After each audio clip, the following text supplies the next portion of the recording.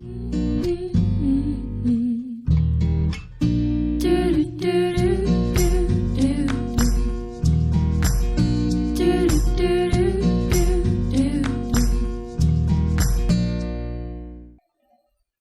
última aula nós vimos, ainda dentro da segunda viagem missionária de Paulo, nós vimos ele passando por Tessalônica, onde os judeus ali fizeram um complô contra ele, foram atrás dele.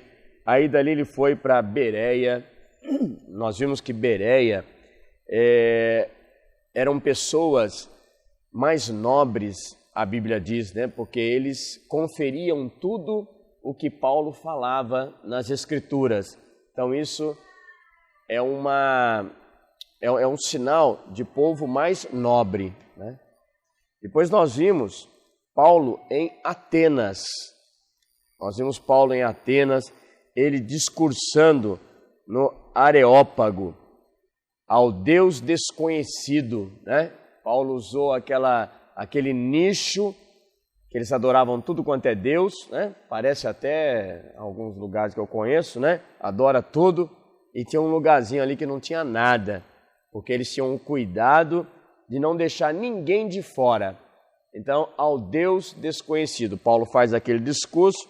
Quem não participou da aula, vai lá no YouTube que está gravado, e hoje nós vamos ver então Paulo saindo de Atenas e indo para Corinto.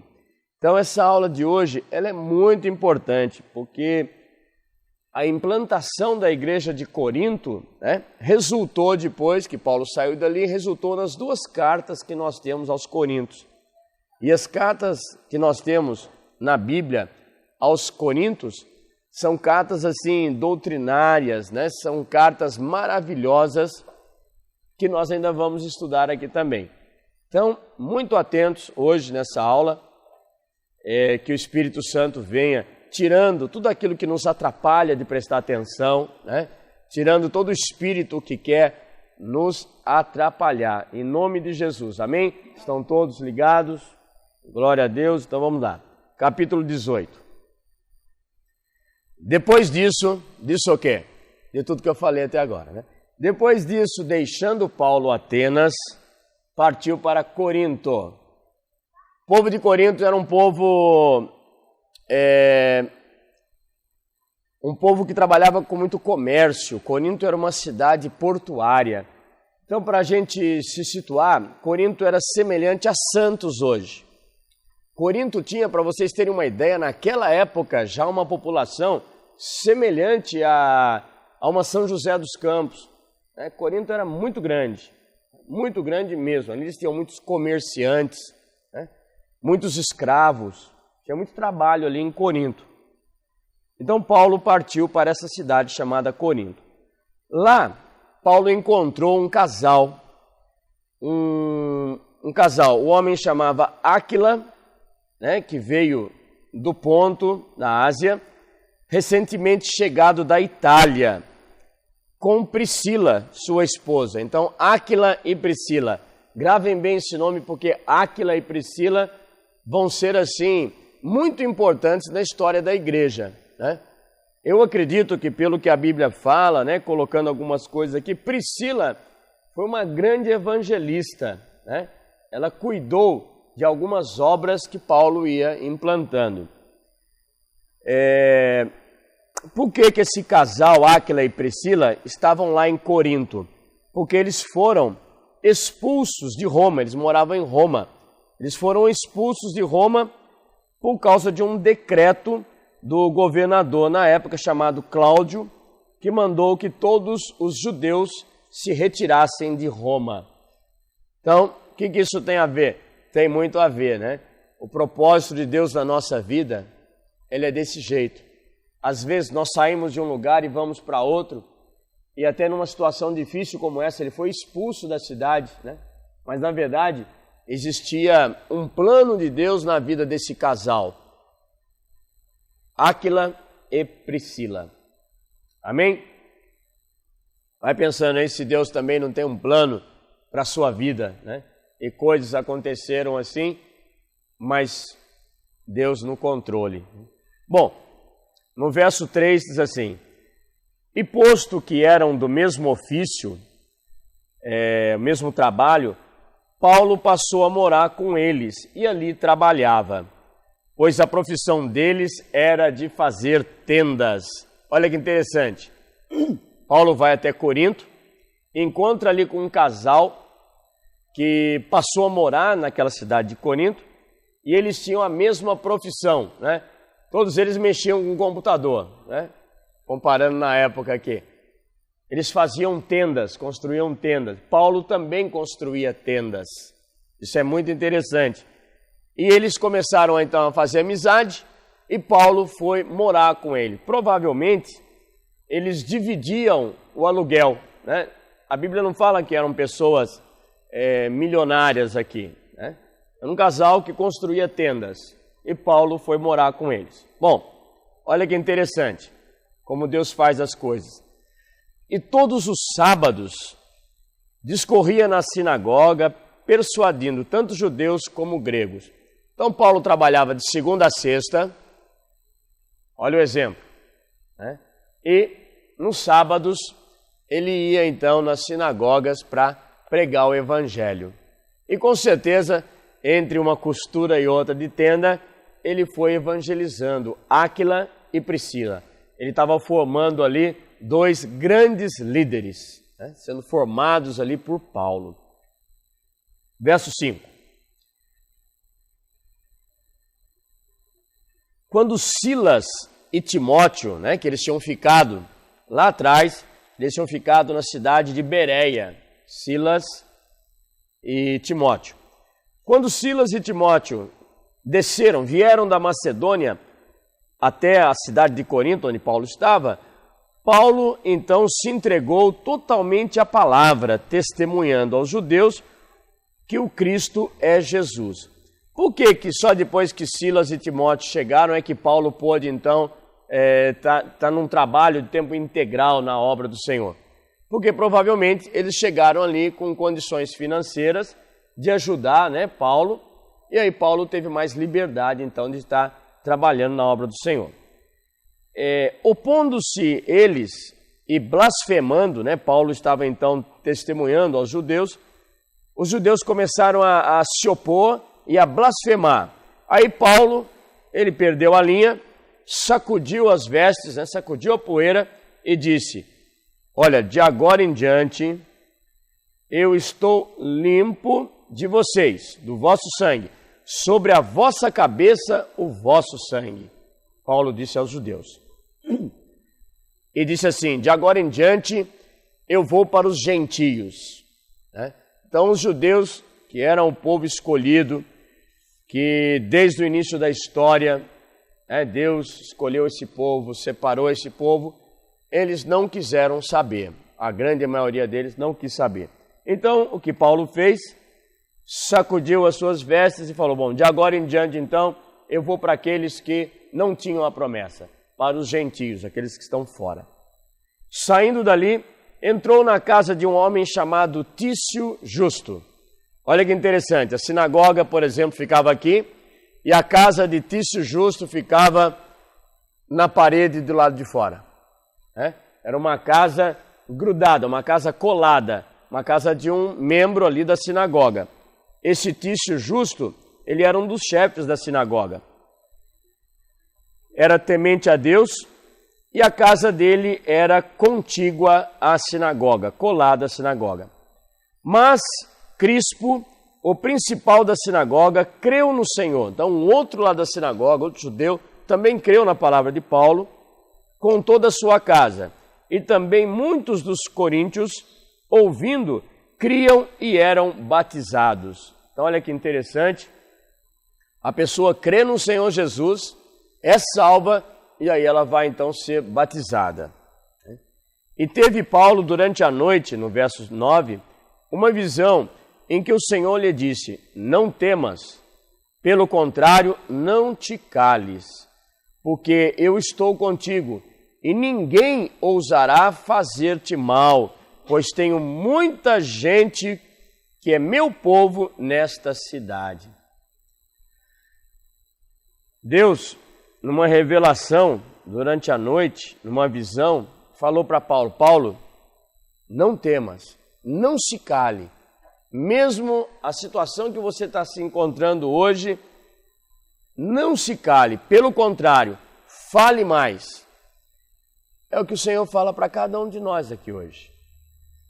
O que nós falamos de Jesus para qualquer pessoa, repita comigo, qualquer pessoa. Qualquer pessoa. O que nós falamos, a semente é uma semente da palavra, é uma semente incorruptível. Mais cedo ou mais tarde, bem mais cedo do que mais tarde, ela vai produzir frutos. Aquela semente, ela fica na pessoa. Não importa se é um parente seu que não está nem aí com a situação, não importa se é um amigo distante, não importa se é um vizinho, não importa que seja uma pessoa até que esteja alcoolizada, drogada, no pecado. A nossa missão, a nossa obrigação é falar das coisas de Deus. E essa semente, como é uma semente incorruptível, um dia ela vai germinar. É verdade ou mentira? Amém. Você é fruto de muita oração, não é verdade? E hoje está aqui com a gente, olha que maravilha. Glória a Deus pela sua vida, viu? Glória a Deus. Então, amados, verso 11. E permaneceu então Paulo ali 18 meses, 1 ano e meio, ensinando entre eles a palavra de Deus. Então, olha como foi importante essa passagem de Paulo por Corinto. Ele ficou ali 1 ano e meio, evangelizando, doutrinando. Então ele criou ali um relacionamento muito forte com aquelas pessoas de Corinto. Então imagine em Corinto, uma cidade grande, parecida assim com Santos hoje, Então uma cidade portuária, com muitas pessoas, E Deus tinha ali um povo que ele queria que fosse salvo. Um povo que ele queria que fosse salvo. Verso 12. Quando, porém, olha que interessante isso que vai acontecer aqui, Paulo está perante o governador, chamado Gálio. Quando, porém, Gálio era procônsul da Acaia, era um governador, toda aquela região ali da Acaia, levantaram-se os judeus, se concordando mutuamente contra Paulo, e o levaram ao tribunal, levaram Paulo até o governador, dizendo: ó grande Gálio, esse homem, ele está persuadindo todos da cidade a adorar a Deus por modo contrário à nossa lei. E quando Paulo ia então se defender, Gálio declarou aos judeus: olha, prestem atenção, se fosse com efeito alguma injustiça ou crime de maior gravidade, ó judeus, de razão seria atender-vos. Mas, se é uma questão de palavras, de nomes, da vossa lei, tratem disso vocês mesmos. Eu não quero ser juiz dessas coisas. E os expulsou do tribunal. Os estudos nos falam que esse Gálio, ele era um governador muito sensato, ele era imparcial. Ele não ficava entrando em contendas, em briguinhas de família, briguinhas de facções. Então aqui ele falou assim: olha, toma jeito, parem com isso, vocês vêm me trazer aqui uma situação tão banal, não tem nada a ver com isso, resolvam vocês mesmos. Aí, os judeus ficaram tão bravos, mas tão bravos, que eles pegaram um deles mesmo, olha que interessante, eles pegaram um deles, olha para vocês verem, no 17. Então todos quem os judeus, agarraram Sóstenes. Repita comigo, Sóstenes. Vocês vão ver por que eu estou falando para vocês repetirem.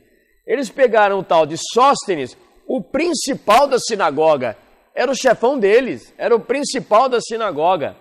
Os próprios judeus pegaram Sóstenes e olha o que fizeram com ele, e o espancavam diante do tribunal. Olha como os caras eram xaropes. muito xarope, né? Totalmente doido. E Galho, né, o governador, todavia, não se incomodava com essas coisas. Quer bater, bata. Né? Mas por que eu pedi para vocês repetirem o nome de Sóstenes? Porque se vocês abrirem rapidamente, lá em 1 Coríntios, vocês vão ver uma coisa muito interessante, né? 1 Coríntios, o que é? É a carta que Paulo escreveu a Corintos. Paulo já estava em Éfeso, né, que é a próxima cidade que ele vai agora, mas ele escreveu aos Coríntios. E olha o Sóstenes, onde que aparece? Sóstenes foi espancado lá, né? Agora, pelos próprios judeus. Olha aqui em 1 Coríntios, verso 1.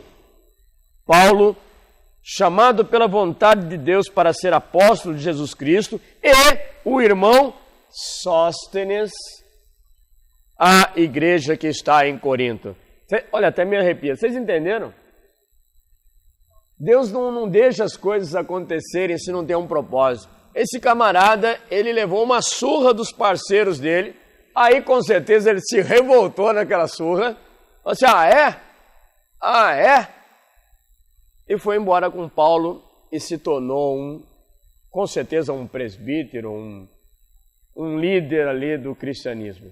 Maravilhoso isso, né? Quem aqui quer levar uma surra para se tornar um líder? Não precisa? Olha lá, hein? Talvez o Senhor esteja querendo pegar alguém aqui, né? Leva uma surra, depois se torna líder. Bom, por isso que eu fiz questão de dar uma ênfase aqui em Sóstenes. É muito legal, né? Nada é por acaso. Verso 18. Aqui nós vamos ver então o final dessa segunda viagem missionária de Paulo. Mas Paulo, havendo permanecido ali ainda muitos dias, né, lembre que ele ficou 1 ano e meio ali naquela cidade, por fim, despedindo-se dos irmãos, navegou para a Síria, levantando em sua companhia Priscila e Áquila. Ele passou 1 ano e meio ali, morando na casa desse casal, e agora Paulo leva esse casal como missionários. Então ele está levando Sóstenes, Priscila, Áquila e de certo mais alguns. Né? Olha que interessante. Só que Paulo aqui faz uma coisa aqui curiosa. Ele rapa a cabeça.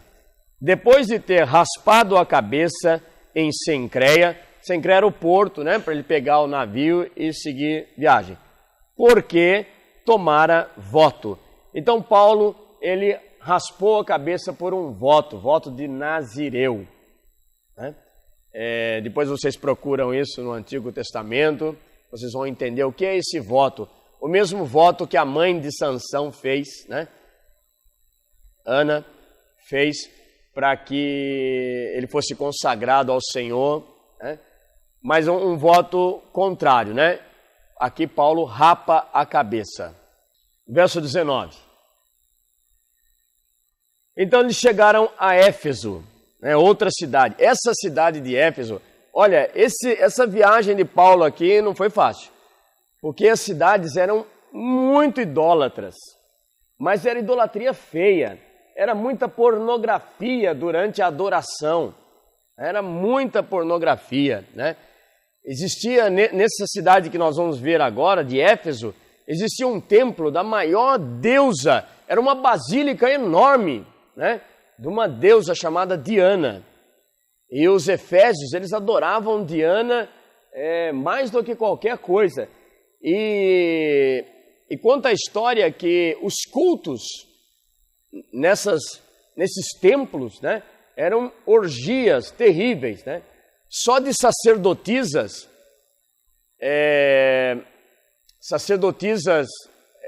que cultuavam o sexo, eram mais de 1000.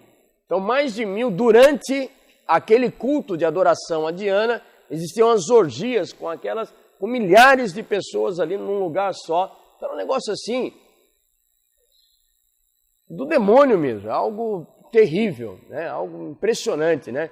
A violência, a corrupção, né? Eram coisas muito tristes. Né? E agora Paulo chega então nessa cidade, em Éfeso, que era uma das piores que tinha ali na região. Verso 19, chegado a Éfeso, deixou-os ali. Ele, porém, entrando na sinagoga, pregava aos judeus, rogando-lhes eles que permanecesse ali mais algum tempo, não acedeu. Mas, despedindo-se, disse, se Deus quiser, voltarei para vocês. E embarcando, partiu para Éfeso. Chegando a Cesareia, partiu de Éfeso, Chegando a Cesareia, desembarcou, subindo a Jerusalém, e tendo saudado a igreja, desceu para Antioquia. Então, de Éfeso ele foi para Cesareia, de Cesareia ele foi para Jerusalém, onde ficavam os demais apóstolos, e dali ele partiu para Antioquia, que era onde era a base de Paulo. Havendo passado ali algum tempo, saiu atravessando sucessivamente a região da Galácia e da Frígia, confirmando todos os discípulos. Então Paulo, essa é a função do apóstolo. O apóstolo é aquele que implanta as igrejas, mas a igreja não é dele. A diferença do apóstolo aqui verdadeiro, né? Ele implanta as igrejas, depois ele passa novamente para ver como estão, né, os filhos espirituais dele. Então não é igreja dele, não é uma filial dele, mas ele dá toda a atenção àquelas pessoas na doutrina, no aconselhamento, né? Muito interessante. Então ele passou novamente confirmando os discípulos. Agora vai começar a terceira viagem missionária de Paulo. Então nós estudamos a primeira, a segunda, nós vamos entrar agora na terceira. Nesse meio tempo, chegou a Éfeso um judeu, olha que interessante, um outro nome que nós vamos ver aqui. Um judeu natural de Alexandria, chamado Apolo, homem eloquente e poderoso nas Escrituras. Então esse Apolo era um camarada estudado na Bíblia, né? Com certeza ele fez uma escola da Bíblia aos pés de Gamaliel e ele estudou verdadeiramente a palavra de Deus, né? O Antigo Testamento. E esse Apolo, ele era um homem eloquente, ele sabia falar, ele sabia encontrar os argumentos da Bíblia para estar falando para as pessoas do Cristo, de Jesus, que ele havia ouvido falar. Ele ainda não tinha uma experiência pessoal, né, com o Espírito Santo, mas ele era um homem bom, era um judeu bom. Então olha que interessante. Nesse meio tempo chegou a Éfeso um judeu natural de Alexandria chamado Apolo, homem eloquente e poderoso nas Escrituras. Ele era instruído no caminho do Senhor e, sendo fervoroso de espírito, com E minúsculo, falava e ensinava com precisão a respeito de Jesus, conhecendo apenas o batismo de João. Então ele só conhecia aquele batismo do arrependimento dos pecados. Ele, pois, começou a falar ousadamente na sinagoga. Quem? Apolo. Ouvindo-o, porém, olha onde entra agora aquele casal que Paulo morou na casa deles por 1 ano e meio. Ouvindo-o, né? Ouvindo Apolo, Priscila e Áquila. Olha que interessante agora, a Bíblia coloca o nome de Priscila à frente. Priscila e Áquila tomaram-no, né? Chamaram Apolo, tomaram-no consigo e, com mais exatidão, lhe expuseram o caminho do Senhor. Apolo, vem cá. Você é um camarada estudioso, você conhece bastante o Antigo Testamento. Olha a nossa função. Presta bastante atenção, né? Você que fez teologia naquele instituto bíblico, naquele outro. Você que conhece a Bíblia bem, chega aqui agora, vem cá. Agora nós vamos falar para você do verdadeiro dom do Espírito Santo. Daquele que não é através de cursos e cursos que você vai entender, que você vai receber, mas sim da abertura do seu coração. Vou te mostrar aqui agora, né, Priscila e Áquila falando para Apolo, nós vamos te mostrar aqui agora uma nova maneira de conhecer esse Deus maravilhoso, de saber quem é Jesus. Isso aconteceu nessa época. E diz aqui, olha, no verso 27, querendo ele percorrer a Acaia, né, animaram-no os irmãos e escreveram aos discípulos para o receberem. Então Apolo agora vai começar a percorrer toda aquela região, recomendado pelos irmãos ali da nova igreja, né? E tendo chegado, auxiliou muito aqueles que, mediante a graça, haviam crido. Porque com grande poder convencia publicamente os judeus, provando por meio das Escrituras que o Cristo é Jesus. No capítulo 19, verso 1, aconteceu que, estando Apolo em Corinto, olha agora o encontro, Paulo, tendo passado pelas regiões mais altas, chegou a Éfeso e, achando ali alguns discípulos, perguntou-lhes, recebestes porventura o Espírito Santo quando crestes? Ao que lhe responderam, pelo contrário, nem mesmo ouvimos que existe o Espírito Santo. Então Paulo perguntou, em que fostes batizados? E eles responderam, no batismo de João. E disse-lhes Paulo, João realizou o batismo de arrependimento, dizendo ao povo que cresce naquele que vinha depois dele, a saber, em Jesus. E eles, tendo ouvido isso, foram batizados em o nome do Senhor Jesus. Olha a diferença. Nós ensinamos no nosso curso de batismo aqui do TAP, que existe o batismo de João, e a partir de Jesus, o batismo cristão.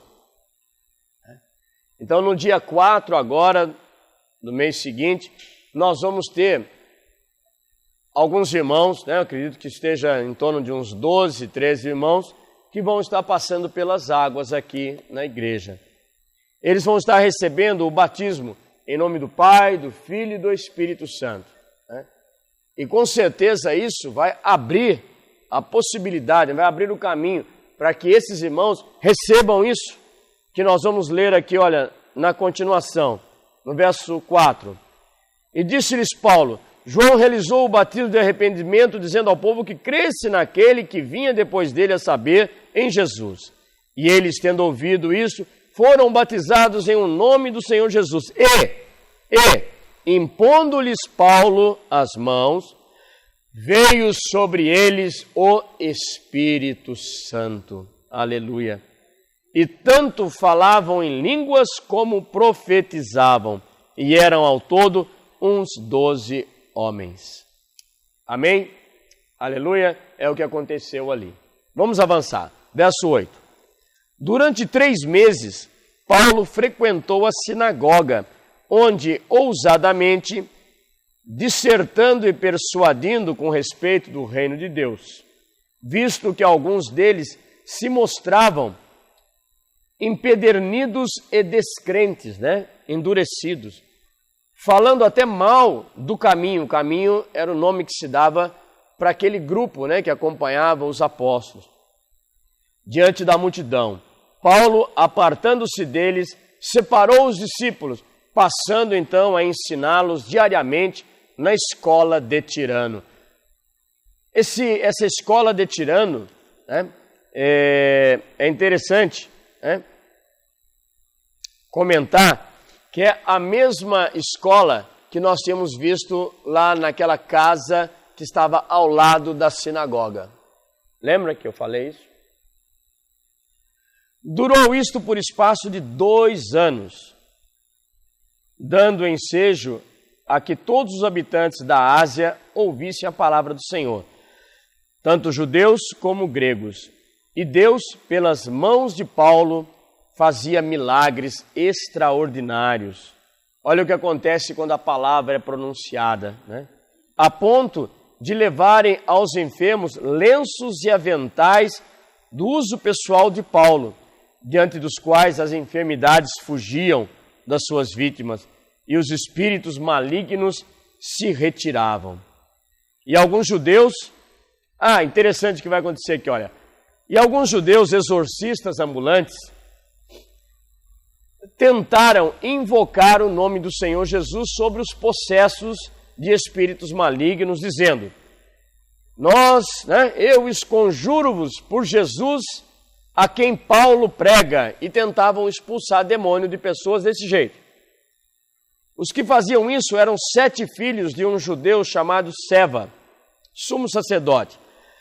Mas o espírito maligno lhes respondeu: olha, nós conhecemos a Jesus e sei quem é Paulo, mas vós, quem sois? O que aconteceu aqui? Olha, deixa eu explicar melhor. Alguns judeus, num grupo de 7, que eram filhos de um sumo sacerdote da época, eles eram exorcistas ambulantes. Então eles eram pagos para ir nas casas e expulsar demônio. Aí eles viram que Paulo, e os outros discípulos expulsavam demônios, faziam milagres maravilhosos em nome de Jesus. Eles falaram: opa, está aí uma fórmula nova. Ao invés de falar abracadabra, vou falar em nome de Jesus. Prestem bastante atenção. Só que eram pessoas que não eram conhecidas no céu, nem no inferno. Eles não tinham esse poder, eles não tinham intimidade com o Senhor, eles não pagavam um preço de intimidade com o Senhor, de buscar o Senhor, de orar, de adorar, de jejuar. Vocês estão entendendo? Mas queriam aproveitar a fórmula mágica do nome de Jesus. Nós cantamos aquela música, Há poder no nome de Jesus. Há poder no nome de Jesus. Há poder no nome de Jesus. Coisas maravilhosas acontecem, mas quando ele é usado por alguém que tem intimidade com esse Jesus. Esse é o cuidado que nós temos que ter. Porque se você chegar para alguém que está endemoniado, eu te ordeno no nome de Jesus, saia. Aí pode ser que o demônio, na boca daquela pessoa que está ali estrebuchando, que está rolando, que está babando, o olho virado, não sei se vocês já tiveram essa experiência, ele pode te responder assim, conheço a Jesus. Não, vou fazer uma voz assim daquelas que a gente ouve, Eu conheço Jesus. E sei quem é Paulo. Mas e você, quem é? E aí sabe o que aconteceu? Diz aqui no verso 16. E o possesso, aquela pessoa que estava endemoniada, o possesso do espírito maligno saltou sobre os 7. Saltou sobre eles, subjugando a todos, e de tal modo prevaleceu contra eles, que desnudos, sem roupas e feridos, fugiram daquela casa, tomaram o maior cacete do endemoniado. Isso é perigoso, viu? Então, para você, para nós, usarmos o nome de Jesus, não é uma fórmula mágica. Muito bem. E a cidade toda ficou sabendo daquilo que tinha acontecido. No verso 17, chegou este fato ao conhecimento de todos. Assim, judeus como gregos, habitantes daquela cidade de Éfeso, veio sobre eles um temor muito grande, e o nome do Senhor Jesus era engrandecido. Aleluia. Muitos dos que creram vieram confessando e denunciando publicamente as suas próprias obras. E olha o que aconteceu. E também muitos dos que haviam praticado artes mágicas. Eu não sei se você, na sua casa, tem algum livro de magia, Vou dar um exemplo, Harry Potter, Vocês têm alguns livros desse tipo na sua casa? Vou contar para vocês o que eles fizeram e eu aconselho vocês a fazerem o mesmo. Também muitos que haviam praticado as artes mágicas, eu estou no capítulo 19, no verso 19 de Atos dos Apóstolos. Reunindo os seus livros, os queimaram diante de todos. Foi calculado o preço daqueles livros e achou-se que tinha a importância de mais de 50 mil denários. Isso é muito dinheiro. 50 mil denários. Assim, a palavra do Senhor crescia e prevalecia poderosamente. Amém? Vamos orar?